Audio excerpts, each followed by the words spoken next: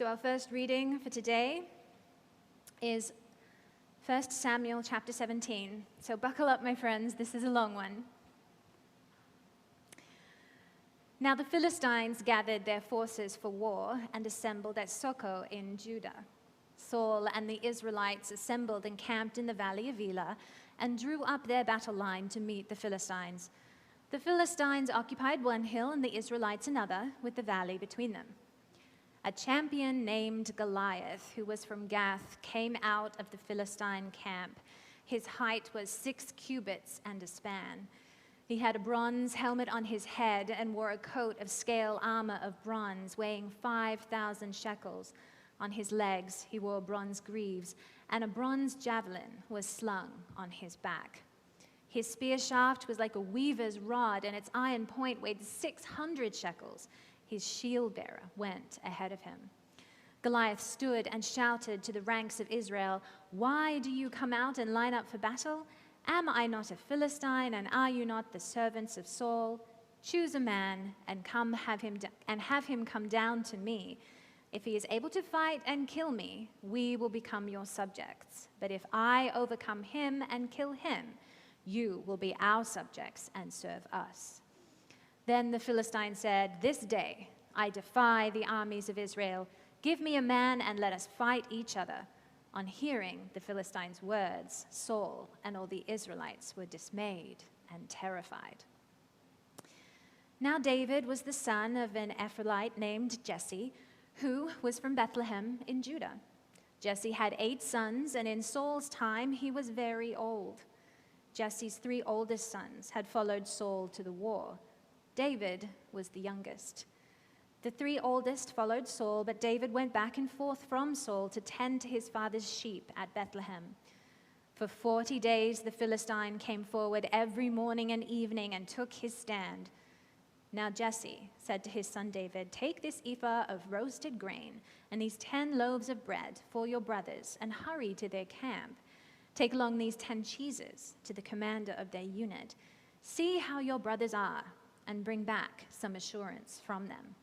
They are with Saul and all the men of Israel in the valley of Elah, fighting against the Philistines." Early in the morning, David left the flock in the care of a shepherd, loaded up and set out as Jesse had directed.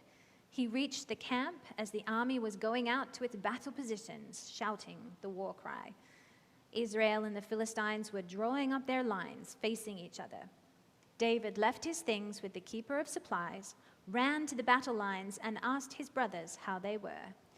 As he was talking with them, Goliath, the Philistine champion from Gath, stepped out from his lines and shouted his usual defiance, and David heard it. Whenever the Israelites saw the man, they all fled from him in great fear.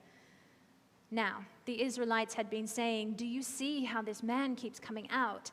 He comes out to defy Israel. The king will give great wealth to the man who kills him. He will also give him his daughter in marriage and will exempt his family from taxes in Israel." David asked the men standing near him, "What will be done for the man who kills this Philistine and removes this disgrace from Israel? Who is this uncircumcised Philistine that he should defy the armies of the living God?" They repeated to him what they had been saying and told him, "This is what will be done for the man who kills him." When Eliab, David's oldest brother, heard him speaking with the men, he burned in anger at him and asked, "Why have you come down here? And with whom did you leave those few sheep in the wilderness? I know how conceited you are and how wicked your heart is. You came down only to watch the battle." "Now what have I done?" said David. "Can't I even speak?" He then turned away to someone else and brought up the same matter, and the men answered him as before. What David said was overheard and reported to Saul, and Saul sent for him. David said to Saul, "Let no one lose heart on account of this Philistine. Your servant will go and fight him." Saul replied, "You are not able to go out and fight against this Philistine. You are only a young man, and he has been a warrior from his youth." But David said to Saul, "Your servant has been keeping his father's sheep. When a lion or a bear came and carried off a sheep from the flock, I went after it and struck it and rescued the sheep from its mouth. When it turned on me, I seized it by its hair, struck it, and killed it. Your servant has killed both the lion and the bear. This uncircumcised Philistine will be like one of them, because he has defied the armies of the living God. The Lord who rescued me from the paw of the lion and the paw of the bear will rescue me from the hand of this Philistine." Saul said to David, "Go, and the Lord be with you." Then Saul dressed David in his own tunic. He put a coat of armor on him and a bronze helmet on his head. David fastened on his sword over the tunic and tried walking around because he was not used to them. "I cannot go in these," he said to Saul, "because I'm not used to them." So he took them off. And then he took his staff in his hand, chose 5 smooth stones from the stream, put them in the pouch of his shepherd's bag, and with his sling in his hand, approached the Philistine. Meanwhile, the Philistine, with his shield-bearer in front of him, kept coming closer to David. He looked David over and saw that he was little more than a boy, glowing with health and handsome, and he despised him. He said to David, "Am I a dog that you come at me with sticks?" And the Philistine cursed David by his gods. "Come here," he said, "and I'll give your flesh to the birds and the wild animals." David said to the Philistine, "You come against me with sword and spear and javelin, but I come against you in the name of the Lord Almighty, the God of the armies of Israel, whom you have defied. This day the Lord will deliver you into my hands. All those gathered here will know that it is not by sword or spear that the Lord saves, for the battle is the Lord's, and he will give all of you into our hands." As the Philistine moved closer to attack him, David ran quickly towards the battle line to meet him. Reaching into his bag and taking out a stone, he slung it and struck the Philistine on the forehead. The stone sank into his forehead, and he fell face down on the ground. So David triumphed over the Philistine with a sling and a stone. Without a sword in his hand, he struck down the Philistine and killed him. May God bless the hearing and the living of this word. And from the writings of Emanuel Swedenborg, Secrets of Heaven, number 1197. The ancient church used the label of Philistine for all those who talked and talked about faith and about the idea that salvation is found in faith, and yet completely failed to live a life of faith. These people by nature could not help turning religious knowledge into a matter of memorization. The knowledge of spiritual and heavenly realities and even the mysteries of faith become nothing more than objects of memory when the people who are adept at them have no love for others. Memorized details are dead objects to us unless we live according to them as a matter of conscience. When we do, then as soon as something becomes part of our memory, it also becomes part of our life. And that is when it first becomes something that it remains useful to us and our salvation after physical life ends. Neither secular nor religious knowledge means anything to us in the other life, even if we have learned all the secrets that have ever been revealed, unless it permeates our life.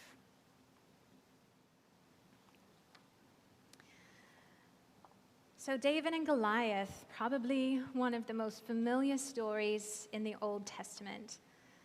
It certainly has made its way into our collective imagination and our language, as even for people unfamiliar with the Bible generally, the names David and Goliath unequivocally recall the potent narrative of the underdog, the triumph of the little guy over insurmountable odds. So first, let me give a little background on this story. As noted by the name of the book, 1 Samuel, the story takes place in the days of the prophet Samuel. The children of Israel desired a king to rule over them, and so Samuel installed Saul as monarch.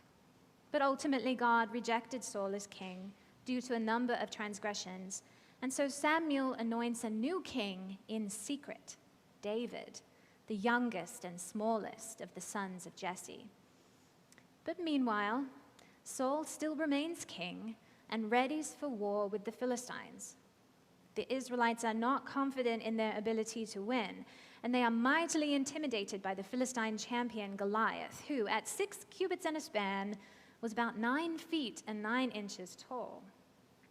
And David, the secretly anointed but utterly forgettable brother, comes to visit his oldest siblings on the wall front, and they are not pleased. Yet somehow, David has a kind of unbelievable confidence that carries him to the notice of Saul. Saul agrees to let David fight Goliath, and even though David eschews traditional armor and weapons, he wins, using a very simple sling and 5 smooth stones he had gathered at the river. It is a crazy and detailed and exhilarating story. And as we look at it through a Swedenborgian lens, we of course see that the story is a metaphor for our internal life. Swedenborg tells us that the Philistines represent faith separated from charity, and Goliath as the conceit of self-intelligence. And we can see how these two things go together in that, in a more general way, as we try to separate what we know and what we believe from how we live in relationship to others, we are tempted to retreat further and further into a silo of self-righteousness and high self-opinion. It is a threat to our spiritual life, a danger, when we try to separate what we know from how we live our life, as if somehow our true self is made up of the thoughts we think, instead of the way that we actually show up to our life and our relationships in our world. This threat is pictured by the Philistine army. But a particular danger is that the more we place value and prestige on our thinking, on our intelligence, or on our beliefs, rather than our living, then a giant of self-centeredness starts to grow until only we can be right because our ego demands that we must be. And we have lost the humility and the reflective ability that is so central to spiritual evolution and a spiritual, loving life. And there are many varieties of mental and emotional Goliaths that keep us immobilized, that help us keep us centered in fear and ego. So many giants that feel so big and strong and that loom so large over our internal landscape. And who would have thought, though, that the answer would be David? David, who is picked on by his brothers. David, who says, "Now what have I done?" The small and inconsequential shepherd's boy. Because sometimes our truest loves, our cherished ideals, our lofty goals, our bleeding hearts, our desire to make a difference, they seem so small and ridiculous compared to the way the world works. But those things, those depths of our hearts, those true north principles, when out in the field on their own, they pulled the sheep from the lion's mouth without a moment's hesitation. David's faith was powerful, but it was just a different kind of power. He had no use for the armor or the sword.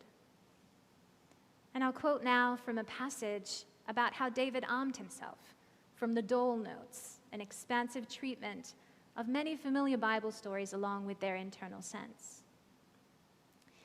David's weapons were his shepherd's staff, his sling, and 5 smooth stones from the brook. The staff was his reliance on the Lord. The smooth stones from the brook, particular truths of the word readied by experience, 5 meaning a few, but sufficient. And the sling, the understanding also gained by experience, which enabled him to direct the truth against a particular evil and to communicate to it the force of his zeal. We all may have David's weapons. The Lord promises support to all who obey his commandments. We all have the word, the clear stream of truth, and we all have the power to find in it truths which we may prove by experience. We make a sling for ourselves by meditating on the truths of the word and their application to life and conduct. We should be constantly choosing smooth stones from the brook and putting them in our shepherd's bag ready for use when an enemy attacks any of our innocent affections." End quote. David's triumph over Goliath pictures how when we find our internal giants are taking up too much space, intimidating us, immobilizing us, even leading us, that there are small, smooth, indestructible, and completely available truths that can recenter us. And some examples of these might be the golden rule: do unto others as you would have them do unto you. Love your neighbor. The Lord is my shepherd. Blessed are those who mourn. We are all made in the image and likeness of God, and many, many more. The smoothness of the stones is important, meaning that the truths need to be anchored in goodness. A rough truth harshly applied might conquer a giant for a time, scare it away for a moment, but at what cost to our spirit? So, for example, if some Goliath fear or flaw is preventing us from doing something useful, we could certainly marshal the doctrine of use against ourselves in a judgmental way, and that might shame us into action. But it won't deal with the deep-seated assumptions that brought the giant into being in the first place. It won't help us understand how to love better, either ourselves or others. Swedenborg speaks in many places in his works about truth alone being sharp and angular, and good having the quality of being smooth, soft, or flexible. David's sling could only be effective, his aim could only be true, when the stones were smooth. Likewise, we need the clarity of truth against our giants, yes, but without self-compassion, we won't take the time to do the difficult reflection we might need to do. And so now that we have seen the inner landscape of this story, we can also see how it might apply in a broader sense, how we might complete the circle and integrate this inner landscape into our relationship to the outer world, one might say, the real world. Just as we have Goliath tendencies, habits, and fears in our own minds, there are Goliaths to contend with in society and culture: assumptions, prejudices, systemic injustices, ingrained inequalities, war, corruption, racism, and much more. And I think that we can glean from this story that these giants are not vanquished by also assuming might, or by being uniquely clever or skilled in outwitting them. These giants are vanquished by being willing to go to the river and find these smooth stones, those key, elemental, inviolable truths that we can easily carry with us and give us the courage to stand forth day by day. David tried putting on Saul's armor, but he could barely walk in it. We can't mimic cultural Goliaths that are perpetuating harm, can't put on their trappings of earthly power or emulate their systems, for then we'll just turn around and perpetuate harm in different ways. Nor can we use the weapons that Saul provided. They are too heavy upon the soul, too difficult to carry. And neither was it skill in wielding the sling that was key. Certainly, David did need to know how to use it, but also only a perfectly smooth stone can be wielded by the sling in an effective way. That is the choice that matters. Truth alone, a sharp stone, might seem like the perfect weapon, but it is not. The smoothness of a truth that is anchored in goodness, this is what can ultimately vanquish evil. It is the only thing that can. And so we must ask ourselves, what are the principles that are guiding us as we confront our giants? Are they anchored in loving kindness, made smooth by the water of life, by the way that God's love flows toward us in and around us? May God guide the search to answer these questions. Amen.